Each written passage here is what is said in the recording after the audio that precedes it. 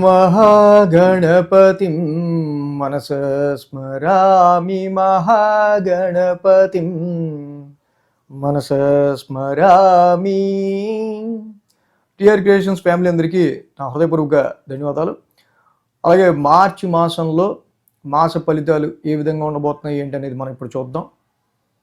అలాగే major events ఏ ఉండబోతున్నాయి, planetary transit మార్చి నెలలో ఎలా ఉంది ఏంటి, సో గోచార రీత్యా ఏ రాశుల వాళ్ళకి ఎలా ఉంటుందని మనం డిస్కస్ చేసుకునే ముందు మేజర్ ఈవెంట్స్ మార్చి మాసంలో చూస్తే 3వ తారీఖు హోళీ ఉంది, 17 మాస శివరాత్రి ఉంది, ఇక 19వ తారీఖు నూతన తెలుగు సంవత్సరాది ఉగాది పరాభవన సంవత్సరం 19వ తారీఖున అక్కడి నుంచి మనకి ఉగాది మొదలవుతుంది, నూతన సంవత్సరం తెలుగు సంవత్సరం. ఇక ప్లానటరీ పొజిషన్ విషయానికి వస్తే కనుక మనకి మార్చి 2వ తారీఖు నుంచి శుక్రుడు మీనరాశిలో ఉచ్చ స్థితిలోకి వెళ్తూ ఉన్నారు. మార్చి 10న గురువు గారి యొక్క వక్రం కూడా కంప్లీట్ అవుతుంది, వక్రత్యాగం జరుగుతూ ఉంది. మార్చి 15న రవి కూడా మీనరాశి శత్రుక్షేత్రాన్ని వీడి మిత్రక్షేత్రంలోకి అడుగు పెడుతున్నారు. అలాగే బుధుడు కూడా మార్చి 20వ తారీఖున ఆయన రెట్రాగ్రేడ్ అయ్యారు, కుంభరాశిలోనే వక్రత్యాగం మార్చి 20వ తారీఖున. ఇక మార్చి 25కి మళ్ళీ శుక్రుడు తిరిగి మేషరాశిలోకి తర్వాత రాశిలోకి ఆయన గోచారం మొదలు పెట్టబోతూ ఉన్నారు. సో ఈ విధమైన ప్లానటరీ ట్రాన్సిట్ని బట్టి మేజర్గా ద్వాదశ రాశుల వారికి సంబంధించి ఈ మార్చి మాసంలో రాశి ఫలితాలు ఏ విధంగా ఉండబోతున్నాయి ఏంటి అనేది మనం ఇప్పుడు చూద్దాం. మీన రాశికి సంబంధించి మనం ఇక్కడ మెయిన్గా మార్చి మాస ఫలితాలు ఏ విధంగా ఉండబోతుంది అనేది చూద్దాం.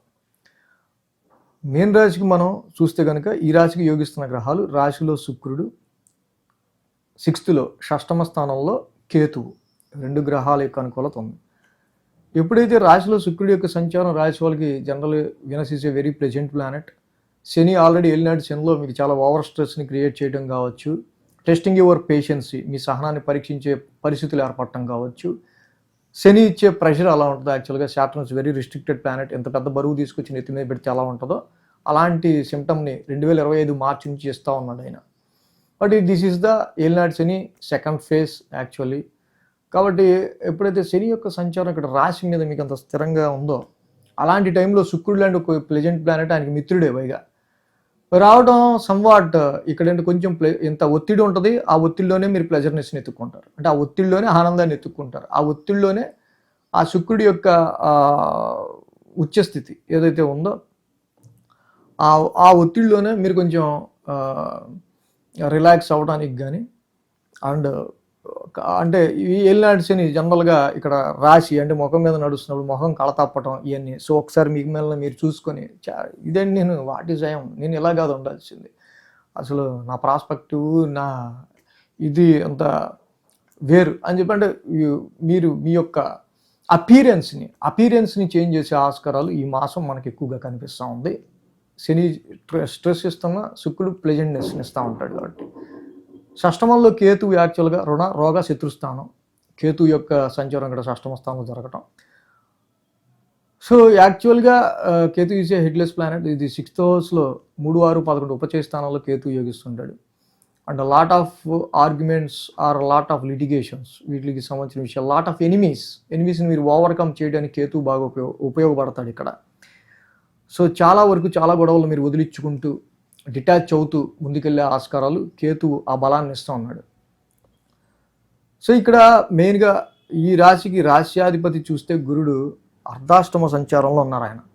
సో కాబట్టి మెయిన్లీ మీన రాశి వాళ్ళకి మెయిన్ కన్సర్న్ వీళ్ళ ఆందోళన ఏంటంటే డొమెస్టికల్, ఇంటి గురించి, ఇంటి పరిసరాల గురించి, ఫిక్స్డ్ అసెట్స్ గురించి వీటి మీద ఎక్కువ ఉంటుంది. సో డొమెస్టికల్ స్ట్రెస్ అనేది ఎక్కువ ఉంటుంది, అంటే స్థిరత్వానికి సంబంధించి మనం ఎక్కడ ఉంటాం అనేది ఆ డొమెస్టికల్ స్ట్రెస్ అనేది పెరుగుతుంది. మార్చి 10వ తారీఖున గురుడి రెట్రగ్రేషన్ ముగియటం వల్ల మార్చి 10కి మీకు ఒక స్థిరత్వానికి సంబంధించిన విషయాల్లో మీకు ఒక కంక్లూజన్, గురువు గారు రెట్రగ్రేషన్ కంప్లీట్ అయిపోయి 4th హౌస్లో డైరెక్ట్ మోషన్లోకి రావటం వల్ల మీకు స్థిరత్వానికి సంబంధించిన విషయాల్లో కొంతవరకు ఓకే ఒక ఐడియా అనేది ఏర్పడుతుంది.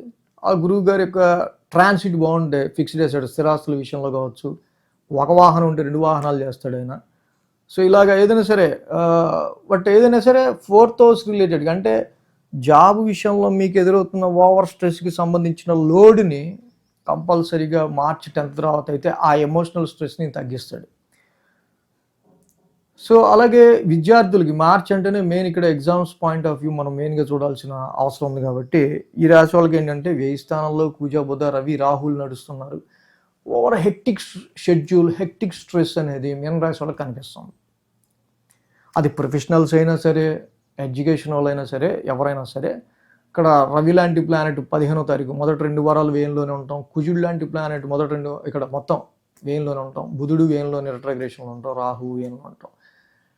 సో కాబట్టి ఇక్కడ ఏంటంటే ఓవర్ స్ట్రెస్ అనేది ఈ రాశి వాళ్ళకి ఎక్కువ కనిపిస్తుంది కాబట్టి మీన రాశిలో నైట్ అవుట్లు చేద్దాం, అది చేద్దాం, ఇది చేద్దాం అని కాకుండా ప్రాపర్గా మీ డే టైంనే చక్కగా మీరు బాగా ఎగ్జామ్స్కి యూటిలైజ్ చేసుకోవటం, ఓవర్ స్ట్రెస్ అవ్వకుండా తిని ఫస్ట్ ఏదైనా చదువుకోండి. తినకపోతే మైండ్కి ఏది ఎక్కదు, ఒంట్లో ఓపిక లేకపోతే మనం ఏమీ చేయలేము అన్న పాయింట్ని గుర్తుపెట్టుకొని రవి కుజ బుధ రాహుల్ అప్పటికే 4 గ్రహాలు 15వ తారీఖు వరకు వేయంలోనే ఉంటున్నాయి. సో కాబట్టి ఇక్కడ ఏంటంటే డెఫినెట్గా 15వ తారీఖు వరకు కూడా కేజింపావు కందులు, ఒక రెడ్ క్లాత్ లాంటివి ఆదివారం డొనేట్ చేయటం, శివాలయానికి వెళ్ళటం కానీ, కుజుడికి కేజింపావు రవికి కేజింపావు గోధుమలు రెడ్ క్లాత్ రవికి అయితే ఆదివారం, కుజుడికి కేజింపావు కందులు రెడ్ క్లాత్ మంగళవారం సుబ్రహ్మణ్య స్వామి గుళ్ళో దానం ఇవ్వటం కానీ, నిత్యం శివాలయానికి సుబ్రహ్మణ్య స్వామిని దర్శించుకోవటం కానీ, విష్ణు సహస్రనామ పారాయణం చదవటం కానీ, ఈ రవి కుజ బుధులు ఈ ముగ్గురు కూడా 1000 స్థానంలో ఉన్నారు కాబట్టి సో ఎక్కువ ఏంటంటే 12th హౌస్ అనేది ఎక్కువ యాక్టివేషన్లో ఉంటుంది కాబట్టి స్పిరిచువాలిటీ వైపు, డొనేషన్స్ వైపు, ఇలాగా మీరు ఎక్కువగా దైవ దర్శనాల వైపు ఎక్కువగా మీరు కనుక మీ మనసుని ఏకాగ్రత చేస్తే నెగిటివ్ ఎఫెక్ట్స్ తగ్గుతాయి. But it's indicating definitely total over of the year అంటే మనం చూస్తే ఇక్కడ జనవరి నుంచి డిసెంబర్ లోపు చూస్తే ఓవర్ ఆఫ్ ద ఇయర్లో మీకు ఎక్కువ ఖర్చు మార్చి మాసంలోనే ఎక్కువ కనిపిస్తుంది. అంటే ఖర్చు కానీ స్ట్రెయిన్ కానీ దట్ మచ్ స్ట్రెయిన్. ఎందుకంటే 15వ తారీఖు నుంచి రవి కూడా మళ్ళీ రాశిలోకి వెళ్తున్నారు. రవి రాశిలోకి వెళ్తున్నారు, ఒక పక్క శని కూడా రాశిలో ఉన్నాడు. సో కాబట్టి మళ్ళీ రవి కూడా రాశిలోకి వెళ్ళటం ఇక్కడ డెఫినెట్గా ఇక్కడ అప్పుడు మీకు డైలీ రొటీన్ పరిస్థితులు బట్టి కొంచెం ఓవర్ స్ట్రెయిన్, ఓవర్ ఇది ఎక్కువ అవటం, ప్రెషర్ ఎక్కువ అవటం మనం గమనించవచ్చు. మీ ఒక్కళ్ళకని కాదు, రవి శనులు అందరికీ కలుస్తున్నారు, ఎవరి రాశిని బట్టి. మీకైతే రాశిలో కలుస్తున్నారు కాబట్టి కొంచెం తలకై పట్టేసినట్టుంటే మనకి ఎలా ఉంటుందో అలాంటి హెల్త్ ఇంపాక్ట్ కొంచెం విషయంలో కొంచెం జాగ్రత్త తీసుకోవడం, డ్రై అవటం, ఓవర్ డ్రై అవటం బాడీ, వీటి విషయాలు కొంచెం జాగ్రత్త తీసుకోవడం మంచిది. సో ఇలాగా జనరల్గా ఏంటంటే అర్ధాష్టమ గురుదోషం వల్ల ఎమోషనల్ స్ట్రెస్ ప్రొఫెషన్లో ఎప్పుడు ఉండొచ్చు, స్థిరత్వానికి సంబంధించి డొమెస్టికల్గా ఎప్పుడు ఇబ్బందులు ఉండొచ్చు, 1000 స్థానంలో ఈ కుజ బుధ రవి రాహుల వల్ల ఖర్చులు ఎప్పుడు ఉండొచ్చు, స్ట్రెయిన్ ఎప్పుడు ఉండొచ్చు. సో ఇవన్నీ మనకి చక్కగా వీక్లీ ఫాలో అవుతే పర్టికులర్ వీక్లో ఏ డేట్లో వీటి ప్రెషర్ ఎక్కువ ఉంటుంది అనేది మనకి ఇంకా బాగా తెలుస్తుంది. కాబట్టి వీక్లీ ఫాలో అయితే మీకు ఇంకా మంచిగా పర్టికులర్ వీక్లో మనకి ఏ రెమెడీ చేసుకుంటే బాగుంటుందో కూడా తెలుస్తుంది అన్నమాట. సో కాబట్టి జనరల్గా మీన రాశి వాళ్ళకి సంబంధించి నేను చెప్పినట్టు ఆ రవికి కుజుడికి చేసుకోవటం, విష్ణు సహస్రనామ పారాయణం చదువుకోవటం, అలాగే ఏలినాయుడు శని నెత్తి మీద నడుస్తుంది కాబట్టి కంపల్సరీ ప్రతి శనివారం శనికి తైలాభిషేకం చేసుకోవటం చాలా మంచిది. సో ఇది మొత్తంగా మీన రాశి వాళ్ళకి సంబంధించి ఈ మార్చి మాస ఫలితాలు. So thanks for watching TR creations. ధన్యవాదాలు. ఈ వీడియో కనుక మీకు నచ్చినట్లయితే లైక్ చేయండి, షేర్ చేయండి. మరిన్ని అప్డేట్స్ కోసం సబ్స్క్రైబ్ చేయడం మాత్రం మర్చిపోకండి.